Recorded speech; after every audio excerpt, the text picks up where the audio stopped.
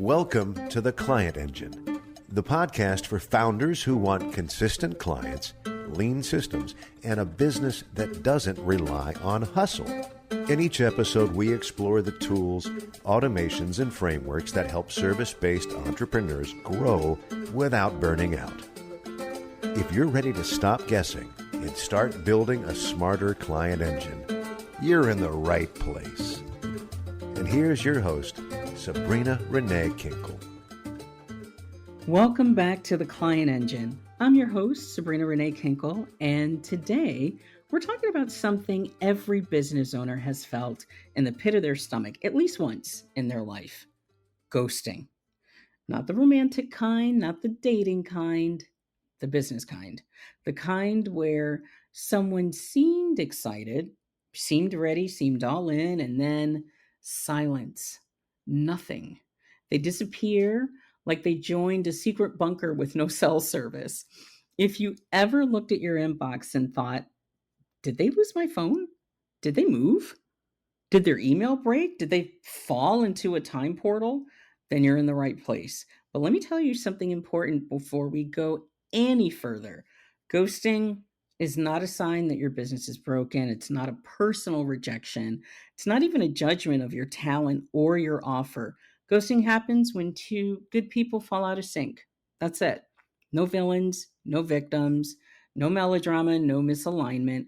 And that is exactly what we're unpacking today, because ghosting is one of the most misunderstood parts of the client journey. People talk about it all the time. A lot of times as vendors, we feel like it's rude, disrespectful, but in reality, ghosting is almost always a signal, a very useful one. It tells you something broke down in the experience between you and your prospect.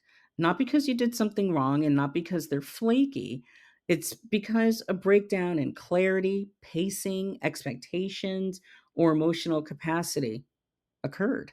And the moment you start seeing ghosting as a signal rather than a slight, everything gets easier. Your confidence improves, your follow-up gets smoother, your conversations feel lighter, and your ability to support people increases. So in this episode, I'm going to walk you through why ghosting really happens, the 4 types of ghosting you'll see in the wild, the situational triggers that create misalignment, the actual psychology behind why both sides avoid the conversation, and the exact steps you can take to reduce ghosting and re-engage leads in a way that feels warm and natural. Because this isn't about chasing people, this isn't about pushing, and it's not about closing harder. It's about understanding people and understanding yourself and building a process that supports both. All right, so let's get into it. Now, before we dive into frameworks and psychology and everything my little strategist heart absolutely loves, I want to tell you a story because I know you've lived some version of this. So not long ago, I had a prospect. I had a lead who seemed like a dream, the type. They came in hot. They were enthusiastic. They were complimenting everything. They were practically singing love songs to my offer. They said things like, "Oh, I've been following your work forever. This is exactly what we need. I can't believe the timing." And the classic line we all fall for, "I'm ready to start immediately." And, you can't help it. You start picturing the onboarding email, the kickoff call, the results you're going to create together, and you're already mentally moving them into the client roster like you're choosing their office chair. We had a great conversation. There was great energy, great questions. They were nodding, they were taking notes. They were so present that I felt like we were about to hold hands and sing Kumbaya. And at the end of the call, they said the magic words, "Let me talk to my partner. Then I'll get back to you." And I said, "Absolutely. Let me know what they think." We ended the call with smiles. Everything felt aligned. Then a day passed. Then 2. Then 3. Nothing. My inbox was so quiet I could hear my own heartbeat. Now, I know better than to take it personally, but let's be honest. We all have that moment where we open our email like we're cracking open a mystery novel. Did they reply today? Ugh, no. Did they reply now? Gosh, still no. And at one point, I wondered if they'd change their identity and move to a remote island with no internet and no intention of telling anyone. Because, wow, what a shift. They were so excited, so interested. As a matter of fact, the partner that they talked about, they told me was a silent partner.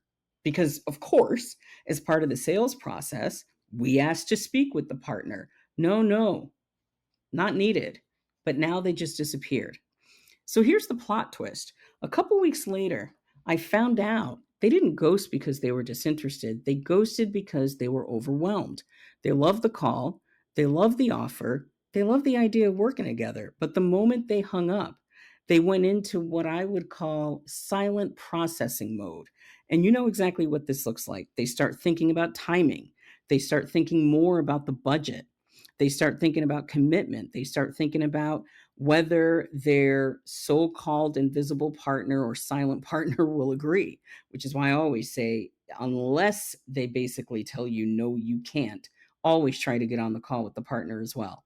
They start thinking about what they would need to change in their life to make all of these happen. How much of my time am I going to have to spend if I take advantage of this project? And all of that thinking gets loud.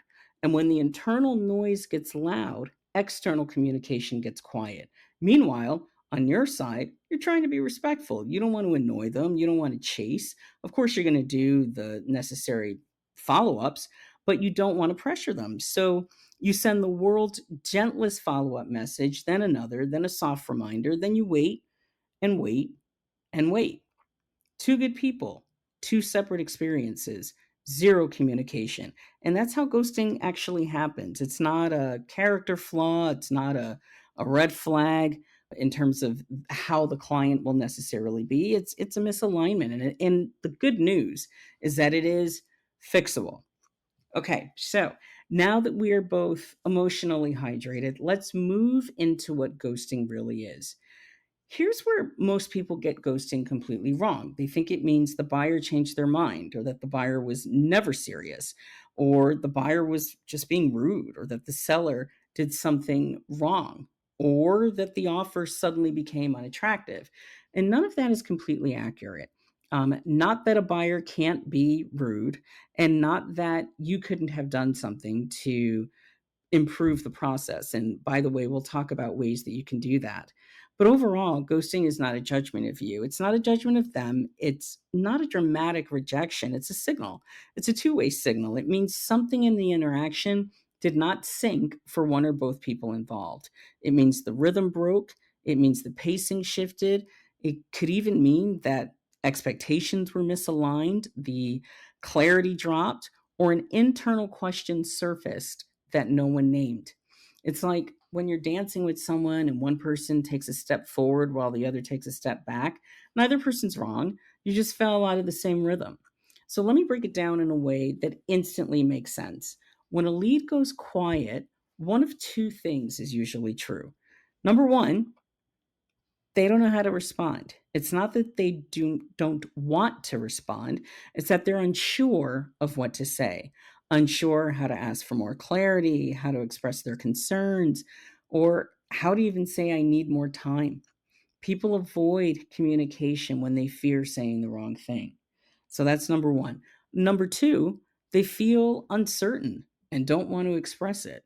They, they don't know whether or not this is valuable enough for them to take advantage of, which, by the way, is something that you can check in on before the call ends. This is about their internal experience. They're asking themselves, what if this is a mistake? Can I actually follow through? What will the time commitment be? Is this going to be overwhelming? Is this the right moment? Am I going to get the results that I want given the investment? Will I get that return? And these are questions people often do not articulate in a sales call. Instead, they freeze. And on the seller side, something else is happening at the same exact time. You want to follow up, but you also don't want to be pushy. You want to check in, but you also don't want to pressure anyone. You want the person to feel safe, but you also want to keep the door open. So you send the gentlest follow-up known to humanity, something like, hi there, hope you're well, no rush at all, just floating a little balloon into the universe. Meanwhile, they're already overwhelmed. You're trying not to overwhelm them more, And now the two of you are avoiding each other for completely different reasons. Two nervous systems quietly stepping away from the conversation, not in conflict, not in frustration, but just in avoidance. And that avoidance is what we label as ghosting. But in reality, it's really just two humans trying not to create discomfort, two people protecting themselves from awkwardness, two people stepping back because neither one is sure how to step forward. And once you understand this, ghosting certainly becomes less emotional and much more useful because ghosting at its core is feedback. It tells you exactly where the experience broke down. It shows you part of your process needs strengthening. My wife always says whenever there's communication and something has suddenly changed, that there's always a noted before and after. So it really highlights which questions maybe you didn't address during that call. If they were excited and all of a sudden they disappeared, something happens. It points to places where you assumed that you and the buyer were in a good spot, that the buyer understood something that they did not. Ghosting is a spotlight. It's not an insult, but it shows you where alignment might have been missing. And the best part about alignment is that it's fixable. You can adjust clarity, you can adjust pacing, you can adjust how to co create those next steps. You can adjust the way you follow up, and you can definitely adjust the emotional tone of your communication. So when you stop seeing ghosting as something personal and start seeing it as something informational, everything gets easier. You stop spiraling, you stop doubting your abilities, you stop thinking you need to overhaul your offer, you stop believing your price is too high, and you stop panicking about visibility. Instead, you approach the situation like a strategist, and that's what you want to do, right? You start asking better questions. Where might the conversation have moved too fast? What question might they still be holding? Did I help them see the path in a simple way? Do they understand what the onboarding would look like? Did we create the next step together or did I rush it? Did the follow up meet them where they were emotionally? Did I leave space for them to process without disappearing? Was my tone supportive or vague? These questions open doors. They give you control. They help you improve the journey so that fewer leads ever feel the need to go silent in the first place. And this is the part most people never admit. Ghosting's normal, it's common, it happens at every level of business, from beginners to seven-figure companies to eight-figure companies. It's not a failure, it's friction. And today we're going to break down that friction and how it forms so that you can eliminate it. Because once you understand the different types of ghosting and the situations that trigger them, you become someone who leads conversations with clarity, confidence, and ease. All right. So let's move into the next part. Because next we are going to talk about the four types of ghosting you'll see again and again. So now that we know ghosting is a two-way signal, not a one-sided mistake, we can actually look at the patterns behind it without judgment. Because ghosting isn't random, it's not unpredictable, and it's not mysterious. It actually follows patterns. And when you understand those patterns, you know exactly what you're dealing with, what went wrong, and how to adjust before you ever reach that point again. And after years of watching this happen across industries, across price points, across personalities, and across different business models, I can confidently say that there are four types of ghosting you'll run into over and over again. And each one has its own cause, its own psychology, and even its own fix. So let's get into them. Now, the first type is the overwhelmed ghost. This person actually liked the conversation. They liked your offer. They liked you. They were nodding. They were taking notes. They were engaged. And then they hung up the call and reality hit them like a bucket of cold water. They suddenly realized, gosh, this is going to require a lot of time. It's also going to require a lot of decisions. I'm not ready I don't know if I'm ready for change. This is going to require a lot of emotional energy. And wow, this is really going to require juggling other responsibilities. That person, it's not that they don't want help, it's that the thought of starting something new feels heavy. They hang up the call and enter silent processing mode, which looks like ghosting, but it's really just their brain trying to get its life together, right? This has nothing to do with your offer. It has everything to do with their capacity in that moment. So, how do you prevent this? Well, number one, slow your pace on the call. Check in on the emotional readiness. Ask some questions. Ask what would make this feel manageable for them. Set some very realistic expectations on how much of their time would be required, how you help, how connected to them you would be in the process. Co create the next step instead of assuming. And when you make the path feel lighter and when it feels clear, this type almost never ghosts. So these are really good strategies for the overwhelmed ghost. Now let's get into the next one. I would say that the misaligned expectation ghost is another really, really interesting one. This person came to the call expecting one kind of conversation and got something different. For example, they thought it would be a casual chat, but it felt too structured. They thought you were going to teach, but you asked questions. They thought you were going to tell them what to do, but you explored their challenges. They thought the investment would be X, and it was 3X. They thought they were ready, but realized during the call that they weren't. When expectation and reality do not match, people freeze. Not because you did anything wrong, not because they're confused, but because their brain needs time to catch up. This person ghosts to avoid the awkwardness of saying, I thought this was something else. So, how do you prevent this? Set expectations before the call. Don't have a discovery conversation with a prospect without them having a full understanding of what this call will look like.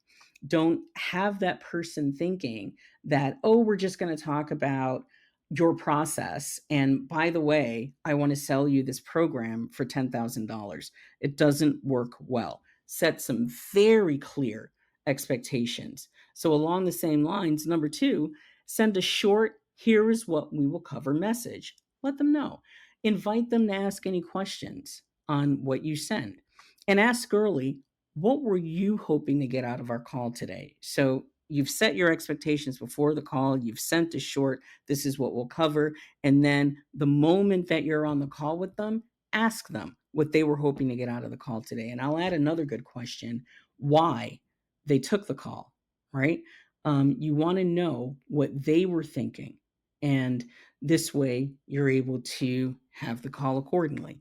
Clarify whether they want strategy, clarity, or next steps. Really get that as clear as you can before you continue the conversation, because clarity up front eliminates silent disappointment later. So let's talk about type three, the unclear path ghost. This is probably the most common type.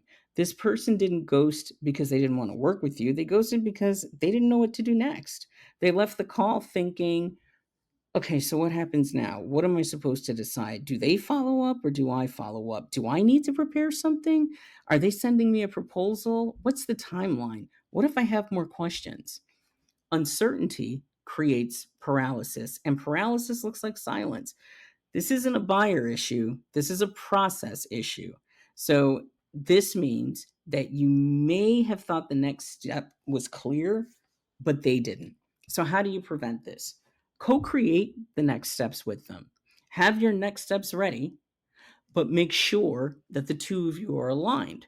Say something like, okay, so let's figure out together what these next steps are before we wrap up.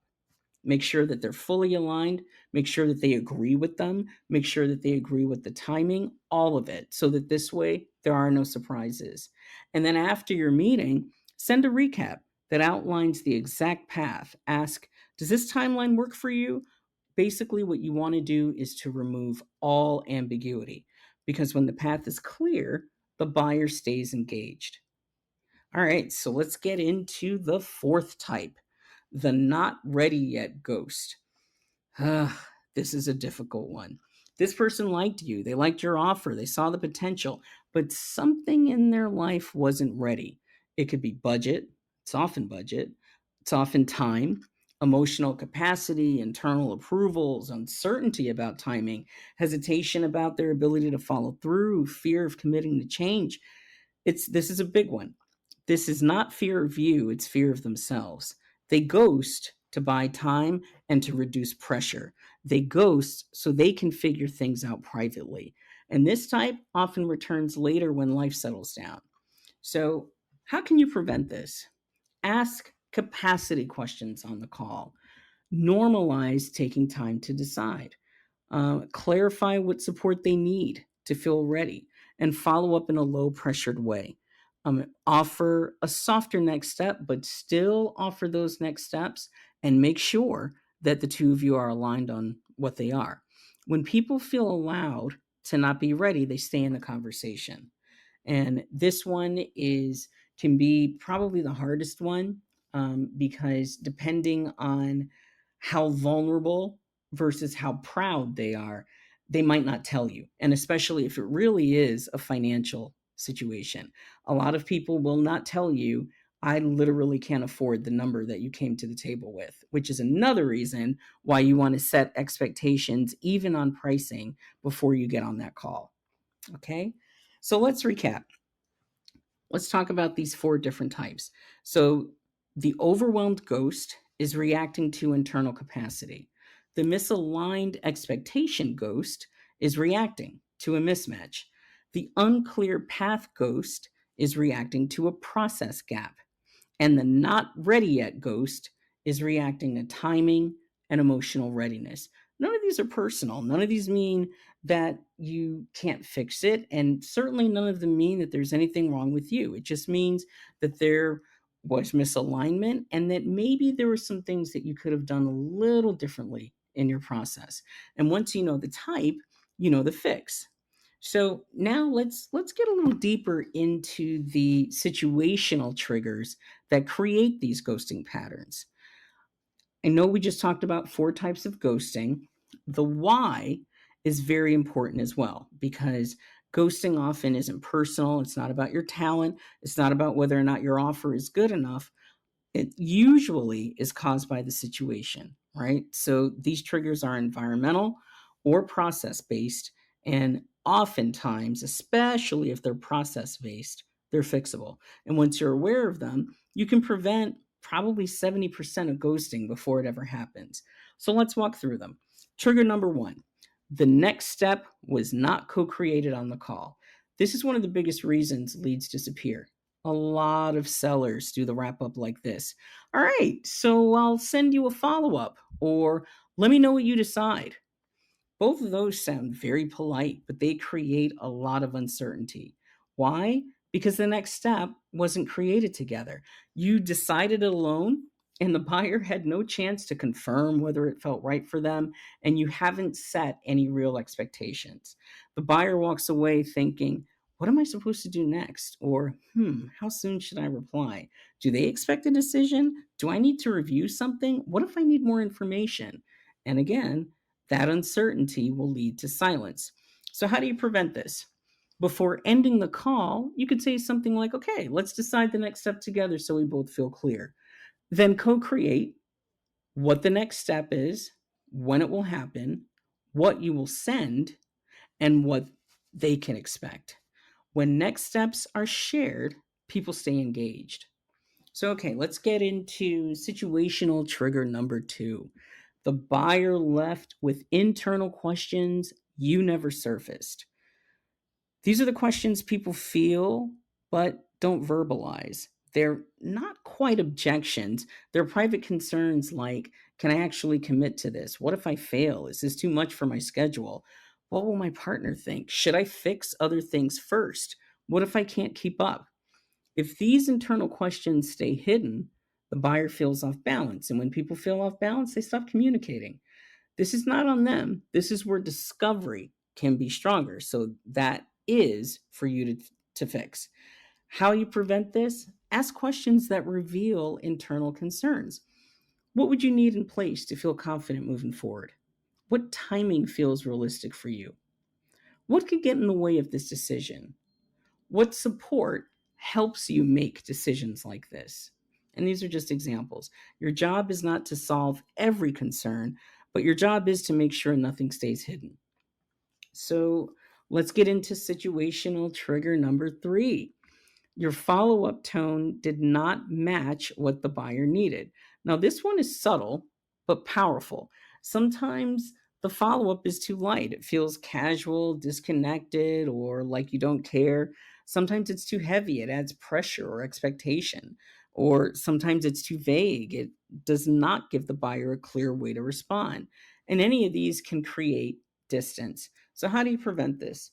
Match the tone to the energy of the call. If the buyer was enthusiastic, be warm, be confident. If they were thoughtful, be grounded, be clear. If they were nervous, be gentle and supportive.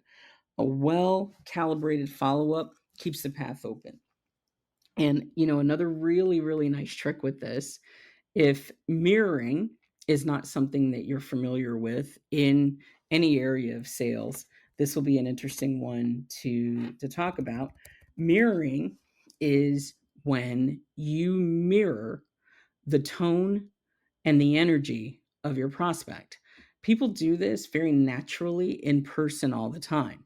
If you're sitting across from someone, even if it's a great friend, and you guys are eating lunch and you're sitting at a table, when one of you leans in, very subconsciously, the other person moves in. When they move out, you move out. They take a sip of a drink. Soon enough, you end up taking a sip of your drink. And what it means psychologically is that the two of you are on the same page, you're aligned. Now, mirroring in sales basically mimics this concept because you can create psychologically the energy of alignment by matching your prospect. And this is one of the reasons why you want to match the tone of the energy of the call. So, again, if the buyer is enthusiastic, definitely match that. Be warm, be confident. If they were thoughtful, again, be grounded and clear. And if they were nervous, be gentle and supportive. Pay attention to the energy that you're getting from your prospect. Okay, so let's jump into trigger 4. The offer required more emotional or logistical commitment than they expected. Now, this one has nothing to do with your offer being high quality, but it has everything to do with the buyer's life. A buyer may freeze because the next step requires more time than they realized, more emotional energy, more internal approval, more scheduling effort, or more change than they anticipated, which doesn't mean they don't want the transformation, but it does mean they didn't expect the level of commitment required to make it. So, how do you prevent this? Preview the journey, explain the flow, normalize the commitment, and make sure that you ask, what would make this feel manageable for you? A buyer who feels prepared stays in the conversation. All right, so let's get into our last trigger, trigger number 5. The buyer felt pressure to respond the right way and chose silence instead. This is more common than anyone admits. Buyers often freeze because they don't know how to express uncertainty, hesitation, questions, misalignment, the need for time, or emotional bandwidth issues. They fear disappointing you, they fear being judged. They fear you'll try to convince them. So they avoid the conversation altogether. And this usually happens when the follow up unintentionally makes them feel like they owe you an answer. So, how do you prevent this? Use low pressure language. Take whatever time you need. I'm here if questions come up. No pressure at all. I want this to feel right for you. If now is not the moment, that's completely okay. This removes the emotional weight and keeps the relationship intact. All right. So, what I want you to remember more than anything is that situational triggers are within your control. The biggest shift I want you to take from this part of the conversation is ghosting is not a character flaw in the buyer or a failure in the seller. It's a breakdown in alignment, pacing, process, or clarity. And the good news is that all of these are preventable. When you adjust your process with these triggers in mind, ghosting decreases dramatically and conversations feel easier for everyone involved. All right, so now that you understand the triggers, let's get into the psychology behind why both sides freeze. Here's something most business owners never realize: a lead doesn't ghost because they're careless or disrespectful. They ghost because something in their emotional or cognitive experience makes them freeze. And we've talked about that a lot of times this is because of uncertainty or doubt or fear of making a mistake or embarrassment about money conversations or overwhelmed from too many decisions or not wanting to disappoint you. But here's the part that never gets talked about: most of these emotions get triggered when the buyer is confused, not confused by your talent, not confused about their problem, confused about the offer, the commitment, the next step, or how this actually helps them. And confusion is a shared responsibility. The buyer freezes because they don't feel ready to ask for clarity. And the seller freezes because they don't want to push. So you have these two people who aren't connecting for different reasons. And that's how ghosting happens. So when buyers feel uncertain or overwhelmed, they usually aren't going to say, "I'm confused. I didn't understand that. I need something else explained. I'm scared to make a wrong decision. I don't know what happens next." If you're lucky enough to have someone who says that to you, man, they're gold. But more often than not, the prospect will just disappear. Most buyers will not express these thoughts out loud because they don't want to sound difficult. They don't want to seem uninformed, and they really don't want to admit that they feel unsure. So instead of communicating, they get quiet. Their silence isn't rejection as much as it is self protection. And the moment a buyer feels even a little confused or overwhelmed, their emotional bandwidth drops. And when bandwidth drops, communication drops with it. This is why buyers say nothing, not because they don't care, but because silence feels safer than asking the wrong question. Okay. So let's look at what happens on your side. Now, you don't want to pressure anyone, you don't want to be pushy, and you don't want to make someone uncomfortable. So instead of confirming clarity, you back off. You avoid asking, "What feels unclear right now?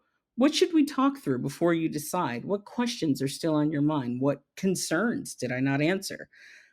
You avoid these because you don't want to create tension. But ironically, avoiding these questions creates the very confusion that leads to ghosting. This is the freeze on your side. The fear of pushing stops you from guiding clearly. And when you stop guiding, the buyer stops communicating. Two people avoiding clarity always leads to silence.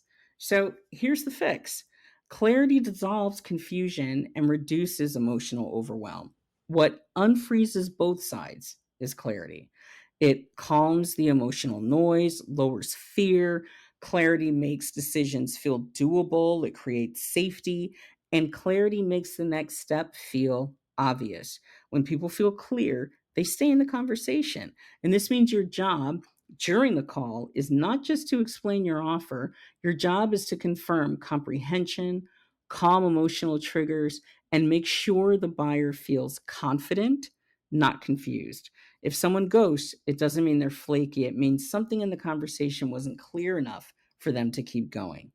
And that's not blame, that's awareness. And awareness gives you power. Clarity is something you can control, it's something you can improve, and it's something that reduces ghosting dramatically. All right. So, now I want us to talk about something that will help you very, very much. Now that we understand why ghosting happens, we can finally talk about what prevents it. And no, it's not just following up more, it's not sending a reminder, it's not checking in. It really is alignment. If the buyer and the seller stay aligned at every stage of the conversation, ghosting almost never occurs. Confusion drops, anxiety drops, overwhelm drops, and the silence that comes from those things drops too. And that's why I want to teach you one of my favorite tools. It's a tool that improves your calls, your follow up, your conversions, and your confidence. It's called the Alignment Checkpoint Framework.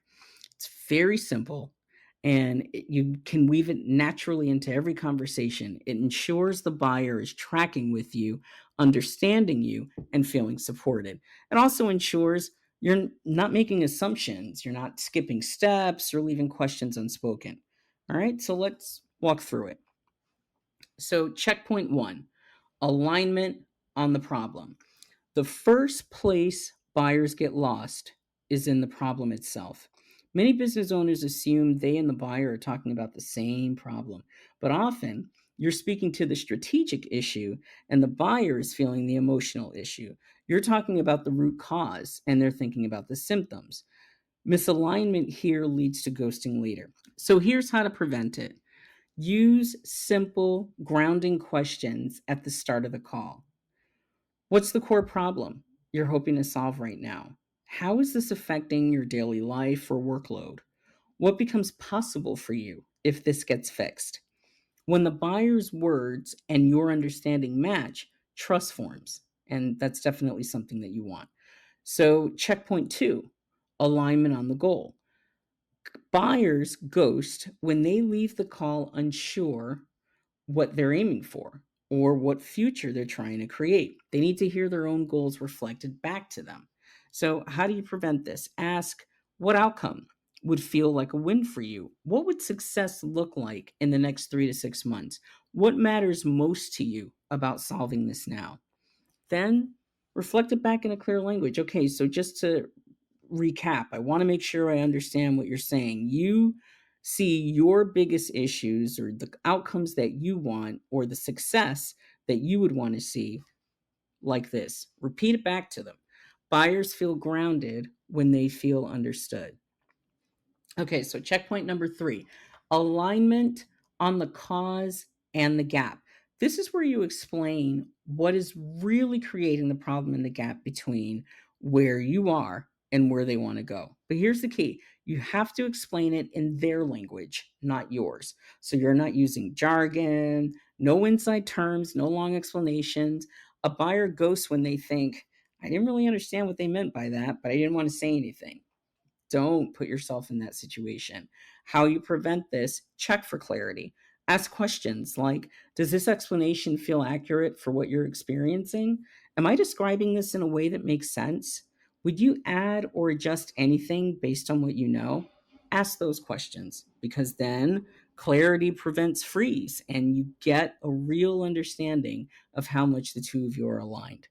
Okay, so checkpoint number four, alignment on the solution and how it helps them.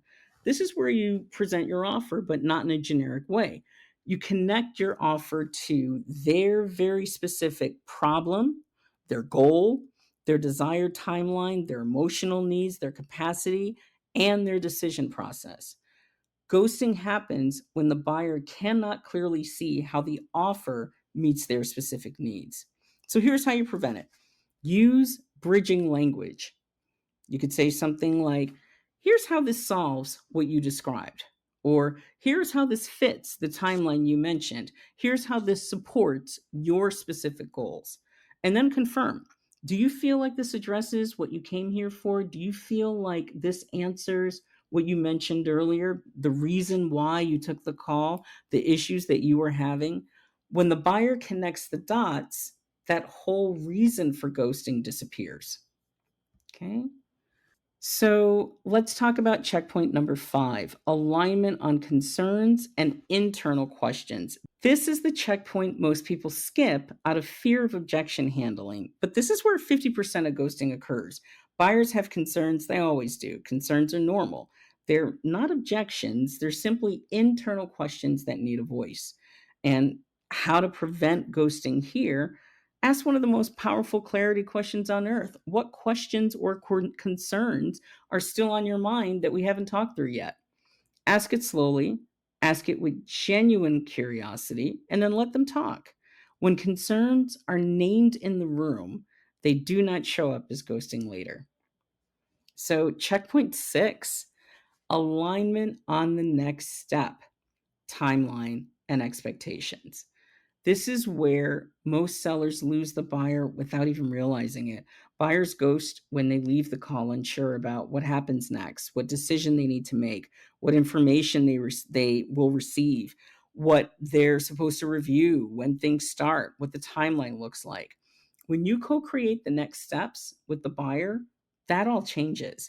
And how to prevent ghosting, Say, all right, let's get into these next steps together. Let's decide the next steps together so we both leave clear.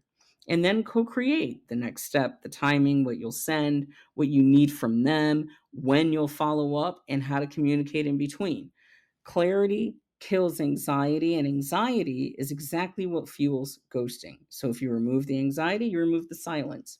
So, why this framework works so well is because alignment is safety, and safety keeps people communicating. When alignment is present, buyers stay engaged. And when it's missing, unfortunately, buyers disappear. This framework gives you structure without feeling scripted and confidence without feeling pushy. It makes your calls smoother, it makes you follow up easier, it makes you close your deals at a higher rate, and it makes ghosting rare. So you're about to feel very powerful once you integrate this. And to wrap this up, we want to talk about co creating follow up. It's a much better alternative to traditional follow up. This is where most people unintentionally create the conditions that lead to ghosting. Traditional follow up feels like this: you send a polite message, you wait, you hope, you worry, you overthink your tone, you reread your own email 12 times like it contains hidden clues. And if they don't respond, you feel awkward sending anything else. This is the dance almost every business owner does, but it's a dance built on guessing, not alignment. The fix is something that is within your power, and it changes everything. And we've coined it the co created follow up. So the idea is simple: you don't decide the follow up alone, the buyer does not decide how to do this on their own. You create it together before the call ends. And this eliminates uncertainty, it reduces anxiety, and it prevents ghosting more than anything else you'll ever do in your sales process. So let me walk you through it. The first step is to establish the follow up on the call, not after. The moment you leave a call without co creating the next step, you open the door to uncertainty. So before you wrap up, say something like, okay, let's decide together what the next step should be and what timeline feels right for you. Now, this sentence does several powerful things at once. It signals partnership, it gives the buyer agency, it reduces pressure, it creates clarity, and it makes the buyer feel supported. Buyers lean in when they feel like you are not forcing a next step, but building one with them. Step two: clarify what the buyer actually needs to move forward. Most sellers assume the next step is a yes, a no, a proposal, but buyers often need something else. A lot of times they need time to think, a conversation with a colleague or a boss or a partner, documentation to review, reassurance about timing, clarity on a detail, space to process, or maybe a few more questions answered. They freeze when they feel rushed or when they don't know what they need. You solve this by asking, what do you need between now and your decision to feel fully informed and confident? It's one of the most supportive questions you can ever ask. It tells the buyer you care about their clarity, you're not rushing them, you want them to make a grounded decision, and you're helping them stay engaged rather than disappear. Okay, so let's get into step three: co create the timeline, not just the task. Once you know the next step, you shape the timeline together. So here's some language examples that work beautifully. Would 2 days feel enough for you to review this? What timing feels right for you given your schedule? Do you prefer a short turnaround or a little time to think? Buyers rarely ghost when the timeline is one they helped choose. People honor commitments they co create. So, step four: clarify what you will do and what they will do. This is where ghosting disappears almost instantly. Uncertainty creates silence, but clarity creates communication. So you say, here's what I'll send you. Here is what you can expect from me. Here is what I need from you. Here is when I'll check in, and then make sure that you capture all of that in the follow up email that you send shortly after that call. This isn't pressure, it's support. The buyer ends the call knowing exactly what will arrive, when it will arrive, what to do when it arrives, and how to communicate back. Oh, good grief. Sorry about that. Say that again. Uh, so you say, here is what I'll send you. Here is what you can expect from me. Here is what I need from you. And here is when I'll check in. That's not pressure, it's support. The buyer ends the call knowing exactly what will arrive, when it will arrive, what to do when it arrives, and how to communicate back. Nothing is vague, nothing is assumed, and nothing is left to interpretation. So, step 5, confirm the communication. So, step 5, confirm the communication channel. This small step changes everything. Ask, do you prefer email or text for the next step? Where do you want me to send this? How do you prefer to communicate updates? This matters because buyers often ghost when the follow up lands in a channel they don't check regularly. Meeting the buyer in their preferred space keeps engagement alive, and quite frankly, it's probably the easiest step. Step 6, end the call with clarity and mutual agreement. Your final sentence should sound something like this: perfect. Here's what we both agreed on. I'll send the recap and next steps today. You'll review it by Thursday. I'll check in on Friday. If questions pop up before then, please feel free to reach out. We'll take this one step at a time together. This is calm. This is structured. It's supportive. It's leadership without pressure. And the reason this works, it's simple. People do not ghost when they feel safe, seen, clear, and supported. Ghosting happens in confusion, uncertainty, and it happens when someone does not know how to re-engage. So this co-created follow-up removes every one of those barriers. Okay. So I want to tell you a story about a client that we had that perfectly illustrates everything we've talked about in this episode. This story isn't about fancy sales tricks. It's not about persuasion. It's not about being charismatic on a call. It's really about alignment, discovery, clarity, and following through exactly the way you said you would. So let me introduce you to Maya. Maya is a consultant who works with nonprofit organizations, brilliant at what she does, warm, thoughtful, incredibly committed to helping people. But when she came to us, she told me the same sentence I've heard from so many business owners: Sabrina, my calls go great. People love me. They tell me they want to work with me, and then they disappear. She had a ghosting problem. And it wasn't because her offer was weak. It wasn't because the leads were unqualified, but the calls lacked alignment. So we rebuilt her entire call structure using this alignment checkpoint framework that you learned about today. And I'll walk you through one conversation where she applied it beautifully. Maya got on a call with a potential client named Jordan, and in the past, she used to dive straight into the problem solving.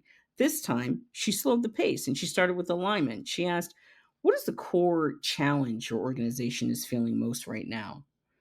What becomes possible for you if this gets solved? What's more important to you to protect during this process? I'm going to say that again. Sorry, Jason, I'm saying this again.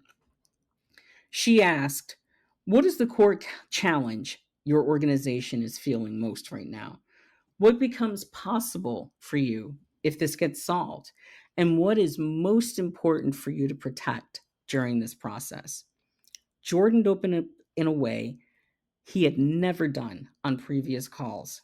And because the foundation was solid, Maya could reflect it back to him with precision. It was the first moment of alignment.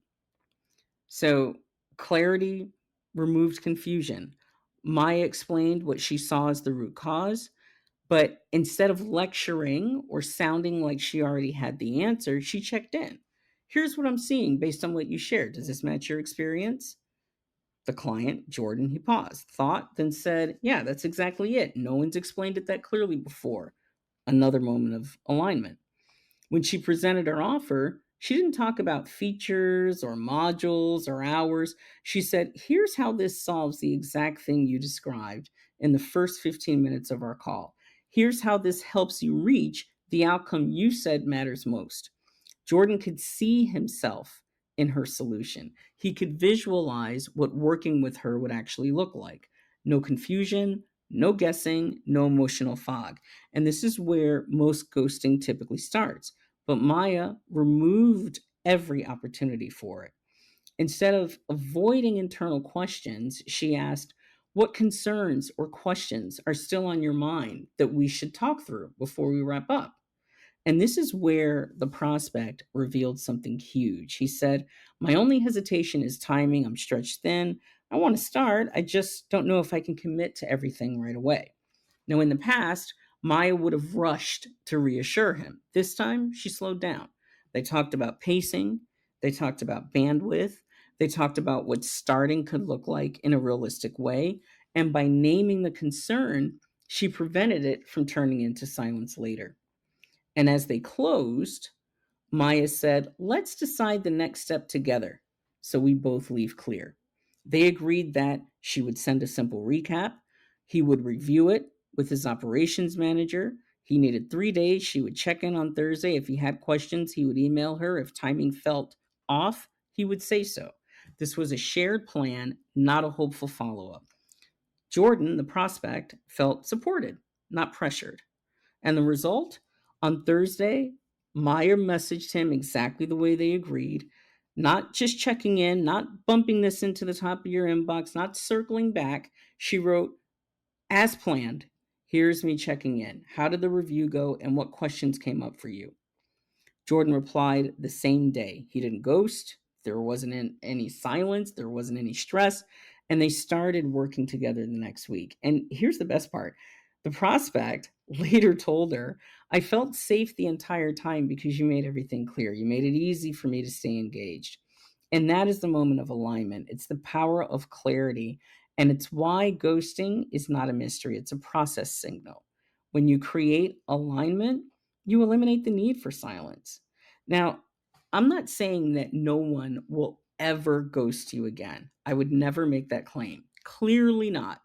But our goal is for you to have it happen less often and for you to be able to maximize your chances of learning what scares a prospect before you never hear from them again.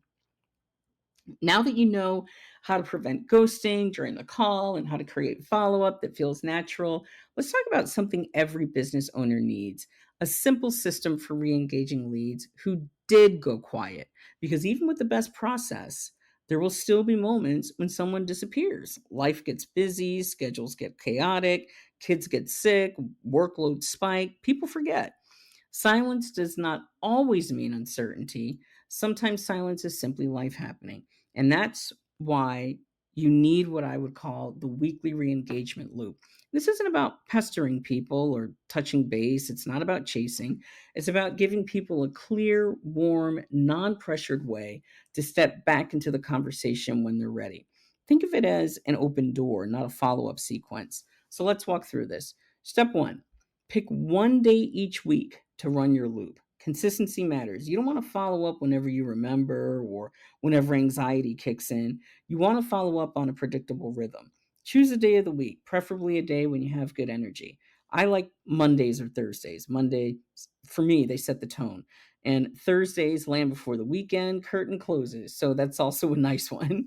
Once you pick your day, it becomes your weekly reconnect routine. No decision fatigue, no debating about whether or not you should. It's simply what you do. Step two: review your warm or stalled leads from the past 30 to 60 days. Not everyone qualifies for the loop, only leads who showed genuine interest and simply fell out of rhythm. This includes people who had a great call but never replied, asked for information and then went quiet, said circle back next month, had life happen, received a proposal but paused, or expressed interest but needed time. You're not chasing strangers. That's not who this process is for. You're reconnecting with people who cared about what you offer. Step three: send a calm, grounded message that removes pressure. Your re engagement message should do three things: it should remove pressure, offer clarity or help, and reopen the door without expectation. So, the structure of this type of re engagement message should be something along the lines of, "Hi, Tim, you crossed my mind today, so I wanted to check in. No pressure at all. I wanted to see how things have been on your end and whether you need anything from me to move forward or make a decision. I'm here if questions have popped up. It's simple, warm, human, supportive. It doesn't demand a response. And because it removes pressure, people often reply. Step 4, add a tiny value touch if it makes sense to do so. And this is optional, but it's powerful. If you have something relevant you can share, do it. Something small, not heavy. Examples would be a short thought connected to your conversation with them, a quick resource, a simple insight, a reminder of the outcome they wanted, a link to a relevant podcast episode. This is not free consulting, but it's a breadcrumb. It's something that shows you were listening, and it signals, I care about your success. I care about your business. I don't just care about the sale. Step 5, release the outcome and keep the relationship warm. This is the part most people struggle with. You don't follow up to force a yes. You follow up to keep the door open. Your job is leadership, not pressure. And some leads will reply immediately, some later, some will return in 3 months with a completely different level of readiness. But your consistency becomes a signal of safety. When you keep the relationship warm, people come back, not because you chased them, but because you stayed present. So, why does this work? Because it doesn't activate anxiety in the buyer. It makes people really see you as someone to engage with. It meets people where they are, it respects timing, and it really reinforces your presence and professionalism. So, we covered a lot today. Most importantly, we broke something open that most people never say out loud, that ghosting isn't personal and it's not a judgment of you. It's not a sign that your offer is weak. It just reveals that alignment slipped. Before we close, let me remind you of the most important pieces from today. The first takeaway is really that ghosting is the result of misalignment, not disrespect.